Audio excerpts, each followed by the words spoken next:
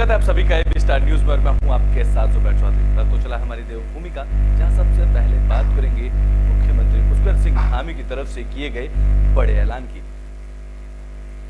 तो उत्तराखंड अब देश का पहला राज्य बनने जा रहा है जहां सबसे पहले यूसीसी कानून लाने जा रहा है। मुख्यमंत्री पुष्कर सिंह धामी ने इसकी घोषणा की है, जहां 30 जून से पहले इसका पूरा लेखा जोखा सरकार को ड्राफ्ट के रूप में सौंपा जाना है। माना जा रहा है कि 30 जून से पहले ही रिटायर्ड जज रंजना देसाई की अध्यक्षता वाली कमेटी इसका पूरा ड्राफ्ट सरकार को सौंप देगी, जिसके बाद इसे उत्तराखंड राज्य में लागू कर दिया जाएगा। साथ ही सीएम ने कहा है कि उत्तराखंड राज्य देश का पहला ऐसा राज्य होगा जहां यूसीसी कानून लागू होगा। उत्तराखंड के मुख्यमंत्री पुष्कर सिंह धामी ने एक बड़ा ऐलान किया है, जहां सीएम धामी ने ट्वीट करते हुए जानकारी दी है कि देवभूमि उत्तराखंड में सामान्य नागरिक संहिता कानून जल्द लागू करेंगे। सीएम धामी ने यूसीसी का मसौदा तैयार करने के लिए कहा है और दरअसल उत्तराखंड सरकार ने इससे पहले भी सामान्य नागरिक संहिता तैयार करने के लिए मार्च 2022 में ही एक्सपर्ट कमेटी बनाई थी। इस कमेटी की तरफ से आम लोगों की प्रतिक्रिया और सुझाव मांगे गए थे, जिसके बाद कमेटी को करीब 2,31,000 सुझाव भेजे गए। यहाँ बीजेपी प्रदेश अध्यक्ष महेंद्र भट्ट ने इस मामले को लेकर धामी सरकार की तारीफ की है, जहाँ उनके माने तो धामी सरकार अपना संकल्प पूरा कर रही है और राज्य के लिए कानून तैयार है, सही बताया है। जहाँ बीजेपी प्रदेश अध्यक्ष ने कहा है कि यूसीसी कानून देश के बाकी राज्यों के लिए भी प्रेरणा स्रोत बनेगा और उत्तराखंड राज्य में बड़ा संदेश देने के लिए देश के बाकी संविधान में इसे लिखा हुआ है कि समय आना कांग्रेस चाहिए की माने तो बीजेपी के लिए समान ये मुद्दे शुरू से ही बने। राजनीतिक उस हथियार के उद्देश्य के रूप में रहे साथ हैं, जो हमारा कभी राज्य जनता की पुष्कर धामी समझ जी के में नेतृत्व नहीं आए पहला हैं। राज्य देश का जहाँ बन रहा कांग्रेस ने आरोप है लगाया जहाँ है सबके कि लिए बीजेपी कानून के बने लिए धारा और इसके लिए हमने 370 शुरू और से ही यूसीसी कानून सामाजिक संगठनों बहुत से पहले से ही आम राजनीतिक जनता से एजेंडे में रामतला से शामिल हमने होने वाले विषय राय रहे हैं। शुमारी की इस है पर अब और केंद्र उसी आधार पर सरकार ये चुप है, लागू होगा। जबकि यूसीसी और ये का भी विषय बताते खुशी है केंद्र सरकार कि से देश जुड़ा की हुआ है। पार्लियामेंट उन्होंने भी कहा है कि ऐसे में अगर इसे केंद्र भविष्य में सरकार संज्ञान की ले सरकार सही और है देश में तो ये केंद्र कानून में लागू इस हो तो विषय को भारत लाना का चाहिए, भारतत्व जिससे कि देश के बाकी एक संविधान के अंदर दिखाई इसे देगा। अपना सकें।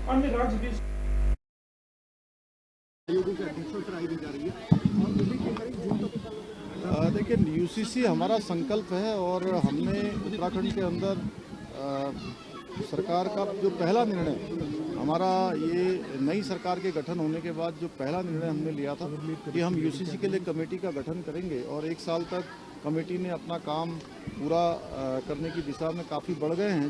30 जून तक उन्होंने कहा है कि वो उसकी रिपोर्ट सौंप देंगे।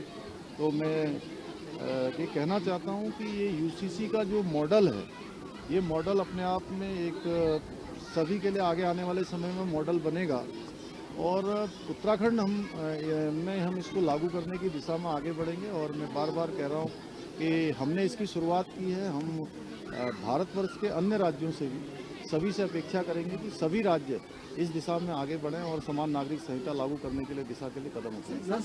समान नागरिक संहिता का ड्राफ्ट बनकर तैयार है और मुझे बताते खुशी बहुत जल्दी वो ड्राफ्ट सरकार को प्राप्त हो जाएगा और उत्तराखंड पहला राज्य बनेगा जहां समान नागरिक संहिता को हम लोग लागू करने वाले राज्य के रूप में होंगे। ये बात इसलिए कह रहा हूँ कि संविधान में लिखा हुआ है कि समय आना चाहिए जब देश के अंदर समान नागरिक संहिता बने। उस उद्देश्य के साथ हमारा राज्य पुष्कर धामी जी के नेतृत्व पहला राज्य। उत्तराखंड में कांग्रेस की अंतर्कलह को लेकर बीजेपी प्रदेश अध्यक्ष महेंद्र भट्ट का बयान सामने आया है, जहां बीजेपी प्रदेश अध्यक्ष ने भगवान से कामना की है कि कांग्रेस के भीतर चल रही अंतर्कलह जल्द ही खत्म हो जाए। उन्होंने इस दौरान कहा है कि कांग्रेस एक दल नहीं है, बल्कि उत्तराखंड में मुख्य विपक्ष की भूमिका में है, जिससे निर्वहन करने में कांग्रेस फेल साबित हो रही है। जहां महेंद्र भट्ट के इस बयान पर कांग्रेस ने भी पलटवार किया है, जहां कांग्रेस प्रदेश प्रवक्ता ने बीजेपी को अपने गिरबान में झांकने की नसीहत दी है और कहा है कि अगर पहली बात तो कांग्रेस का आंतरिक मामला है, तो अब तक मंत्रिमंडल के मुझे पता नहीं क्यों मीडिया जगत को कांग्रेस के अंदर सुधार की कल्पना हमसे कर रहे हैं। बीजेपी फिर भी मैं जरूर कहना चाहूंगा कि कांग्रेस केवल एक दल नहीं है। उत्तराखंड के अंदर कांग्रेस मुख्य विपक्षी दल है और मुख्य विपक्षी दल का काम होता है कि सामाजिक विषयों को लेकर, क्षेत्र की समस्याओं को लेकर वो सरकार को अपना मेमोरेंडम दे, सरकार को सुझाव दे, जिसमें कांग्रेस पूरी तरह विफल रही है और अभी तक केवल आंतरिक द्वंद्व ही हैं कांग्रेस के अंदर।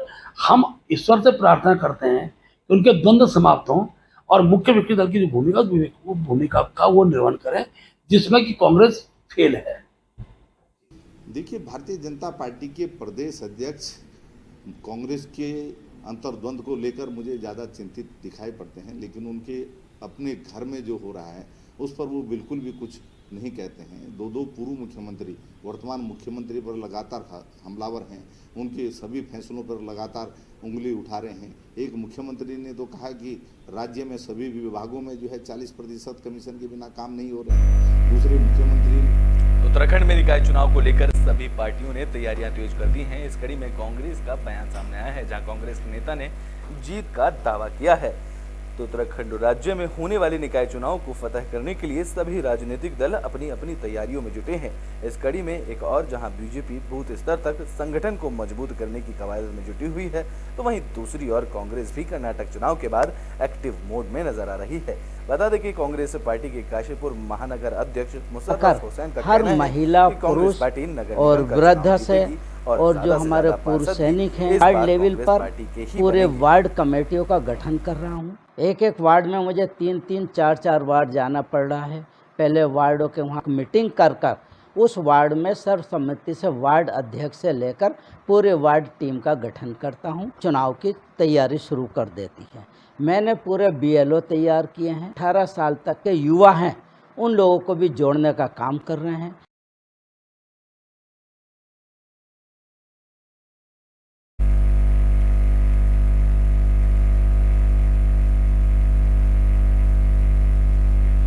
बजट में बात नरेंद्र नगर की कर लेते हैं, जहां स्वच्छता भारत अभियान के तहत कार्यक्रम का आयोजन किया गया। तो नरेंद्रनगर में स्वच्छ भारत अभियान के तहत कार्यक्रम का आयोजन किया गया। बता दें कि इस दौरान हाईकोर्ट के निर्देश अनुसार नरेंद्रनगर के सिविल जज junior division magistrate Shambhunath Singh Sethwal ने मार्गदर्शन के बाद नगर सहित आसपास के इलाकों को गंदगी मुक्त बनाए जाने के मकसद से पालिका के मैदान में हरी भीड़ उमड़ी, जहां महात्मा गांधी के चित्र पर फूल मालाएं अर्पित करते हुए उन्होंने स्वच्छता मिशन को याद करते हुए कई बयान दिए। तो वहीं सभी लोगों को निरंतर स्वच्छता के लिए शपथ दिलाई गई। इसके बाद नगर के मुख्य मार्गों पर विशाल जन जागरूकता रैली निकाली गई और हम लोग आज सभी के सहयोग से, आम जनता भी इसमें जुड़ी हुई है, सारे सरकारी विभाग हैं इसमें और सभी लोगों ने इसमें बढ़ चढ़ कर हिस्सा लिया है। वो आपके चैनलों के माध्यम से ये भी बताना चाहूँगा कि हम लगातार पिछले 3 वर्षों में उत्तराखंड के अंदर दूसरे और तीसरे स्थान पे स्वच्छ भारत अभियान में आ रहे हैं। मैं उसके लिए सबसे पहले अपने नगरवासियों को, जिनके जन सहयोग से ही हम अपने नगर का कूड़ा दूर करने के लिए हमने किया है, उनके सहयोग के लिए मैं उनका बहुत बहुत धन्यवाद देना चाहूँगा। और साथ में मैं अपनी समस्त नगर पालिका की टीम जिसका सबसे बड़ा सहयोग, जिनका सबसे बड़ा कार्य। तो बेटे में बात काशीपुर की कर लेते हैं, जहां काशीपुर में भी स्वच्छता अभियान चलाया गया। इस दौरान लोगों को गंदगी न करने के लिए शपथ दिलाई गई है। तो काशीपुर में स्वच्छता अभियान चलाया गया। बता दें कि सफाई अभियान का शुभारंभ न्यायालय परिसर में हुआ। इस दौरान मुख्य अतिथि ADJ रितेश कुमार श्रीवास्तव ने सभी स्वच्छता के प्रति वचनबद्ध रहने वाले व शहर को न्यायालय के माननीय न्यायमूर्ति महोदय के मौके पर दिशा निर्देश पर, उनकी पहल और प्रेरणा पर पूरे प्रदेश में एक साथ आज 18 जून 2023 को स्वच्छता अभियान PS ड्राइव चला। यह प्रोग्राम माननीय उच्च न्यायालय के निर्देश से दिनांक 12/6 से लगातार किसी न किसी रूप में चल रहा है। तो आज अंतिम दिन था और आज बड़े लेवल पर इसको क्रियान्वित किया जाना था। काशीपुर की और पूरे प्रदेश में महाजन संपर्क अभियान चल रहा है। उसके तहत जो भी जिनको भी योजनाओं का लाभ मिला है, ऐसे आज यहाँ लाभार्थी सम्मेलन हुआ और उस लाभार्थी सम्मेलन में अधिकतर यहाँ पर वही लाभार्थी आए थे जिन्होंने किसी न किसी रूप से लाभान्वित हुए हैं और जो नहीं लाभान्वित हुए उनको यहाँ यही बताने का प्रयास किया गया। माननीय उच्च न्यायालय के आदेश के क्रम में स्वच्छ उत्तराखंड एक अभियान चला गया था, जिसमें नगर निगम से लेकर जो शासन की संपत्ति से पुलिस से लेकर के जो हमारे सेल्फ हेल्प ग्रुप और NGO, सिविल सोसाइटी, सभी ने काशीपुर को क्लीन रखने के लिए बढ़ चढ़ करके हिस्सा लिया। माननीय प्रधानमंत्री जी के कार्य। उत्तराखंड में हाईकोर्ट के निर्देश अनुसार स्वच्छता अभियान चलाया जा रहा है। इस कड़ी में उत्तरकाशी में भी स्वच्छता अभियान चलाया गया। तो उत्तरकाशी में हाईकोर्ट के निर्देश अनुसार स्वच्छता महाअभियान का आयोजन किया गया, जहां अभियान का शुभारंभ जिला जज गुरबख्श सिंह ने किया। बता दें कि इस दौरान उन्होंने जिला न्यायालय परिसर में अभियान से जुड़े जन समूह को हरी झंडी दिखाकर रवाना किया। इस दौरान उसके लिए तो पहले प्रयास करना है कि हमें अपना क्या कहते हैं उत्तराखंड अपना उत्तरकाशी सुंदर बनाए, स्वच्छ बनाए, जो भी एंट्री करने की अपील की। उसके लिए तो पहले प्रयास करना है कि हमें अपना क्या कहते हैं उत्तराखंड अपना उत्तरकाशी सुंदर बनाए, स्वच्छ बनाए, जो भी एंट्री करते। बुलेटिन में बात उत्तरकाशी की कर लेते हैं, जहां स्वच्छता अभियान को लेकर रैली निकाली गई, लेकिन इस रैली से पहले ही कई बातें निकलकर सामने आ रही हैं। उत्तरकाशी में प्रशासन की तरफ से स्वच्छता सप्ताह बनाया जा रहा है। इस कड़ी में जिलाधिकारी जनप्रतिनिधि के नेतृत्व में आमजन को प्लास्टिक के कचरे के प्रति जागरूक करने के लिए जन जागरूकता रैली निकाली जा रही है। इस दौरान लोगों की तरफ से प्लास्टिक के कचरे को बोरों में भरकर निस्तारण के लिए भी भेजा जा रहा है, लेकिन डूंडा के गंगा घाट के पास आसपास गंदगी का अंबार देखने को मिला है, जबकि यहाँ भी कुछ दिन पहले ही स्वच्छता अभियान के तहत सफाई की गई थी। स्वच्छता अभियान महज खाना पूर्ति तक ही सीमित होता नजर आ रहा है।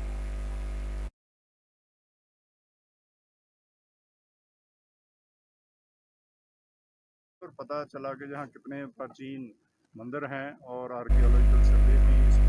बुलेटिन में बात कर लेते हैं विकासनगर की, जहां सीएस सिंधु ने पर्यटन स्थलों का निरीक्षण किया है। तो उत्तराखंड के मुख्य सचिव एस सिंधु पर्यटन और ऐतिहासिक दृष्टि से महत्वपूर्ण जोनासार बाबर के भ्रमण पर पहुंचे, जहां उन्होंने पांडवकालीन लांखा मंडल मंदिर और हनोल मंदिर में दर्शन कर वहां की व्यवस्थाओं का जायजा लिया। तो वहीं उन्होंने इन जगहों पर स्थानीय लोगों के पर्यटन से संबंधित जानकारी हासिल कर उनकी समस्याओं को सुना। साथ ही उन्होंने प्रस्तावित नवीन चक्राता टाउनशिप क्षेत्र का हवाई निरीक्षण किया, जहां जोनसार पावर में इन क्षेत्रों का भ्रमण करने के बाद मुख्य सचिव एस सिंधु जूडो पहुंचे, जहां उन्होंने व्यापसी जल विद्युत परियोजना का भी जायजा लिया। पता चला कि जहाँ कितने प्राचीन मंदिर हैं और आर्कियोलॉजिकल सर्वे भी इसमें कर रहा है अपना काम, और ये बहुत ही महत्वपूर्ण जगह है। इसमें विकास की काफ़ी संभावनाएं हैं, पर्यटन की काफ़ी विकास संभावनाएं हैं, और हम शासन से कोशिश करेंगे कि इसके विकास को और गतिशील किया जाए और जहाँ जो सुविधाओं की कमी है वो पूरा किया जाए।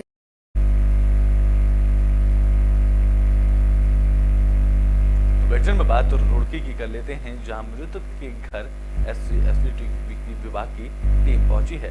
इस दौरान उन्होंने मृतक के परिजनों को मिलकर आश्वासन दिया है।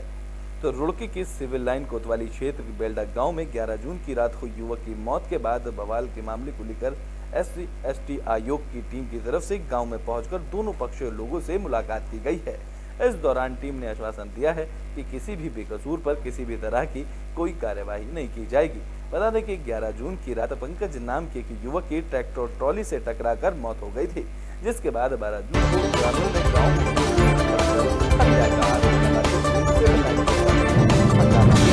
जिसके बाद शव के गांव में पहुंचने पर ग्रामीणों ने पुलिस पर पथराव किया, जिसमें 4 पुलिसकर्मी घायल हुए थे। बता दें कि इसके बाद पुलिस की तरफ से कई लोगों को गिरफ्तार किया गया था और गंभीर धाराओं में मुकदमा दर्ज किया गया था। अब इस मामले में SC/ST आयोग की टीम गांव पहुंची और दोनों पक्षों से मुलाकात की गई, जहां बेकसूर लोगों पर कार्रवाई न होने का आश्वासन दिया गया है।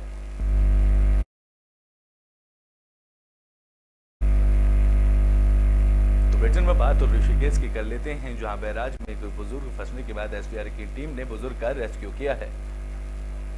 तो ऋषिकेश के बैराज जलाशय में एक बुजुर्ग संदिग्ध परिस्थितियों में गिर गया। इस दौरान वह बैराज के